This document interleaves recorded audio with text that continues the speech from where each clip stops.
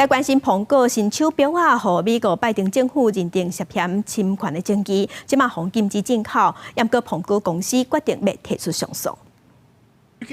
北京指导支持国际贸易委员会 （ITC） 对 Apple Watch 侵权裁定，苹果明伫美国被上侵权的智慧型手表啊。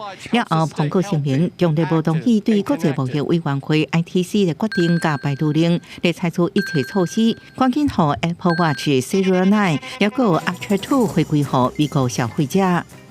They were hoping Apple that the U.S. government, the Biden administration, would ultimately reverse this. Instead, they did not. They did not veto it, which is why Apple needed to appeal.